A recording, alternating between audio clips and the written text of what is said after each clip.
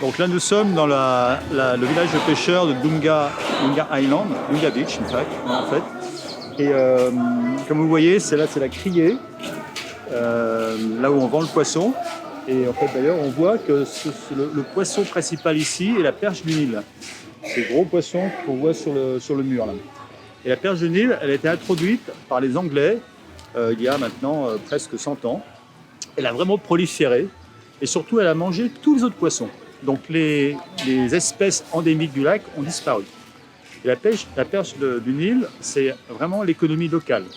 Il y a eu beaucoup de surpêche depuis quelques années, donc elle a tendance à diminuer. La pollution du lac et le fait qu'il y ait maintenant des jacinthes de mer, des jacinthes d'eau plutôt, font que la perche est en train de diminuer et de se rapetisser. Donc du coup, ça va poser un problème économique parce qu'à un moment, il y en aura beaucoup moins et donc la pêche va diminuer excessivement.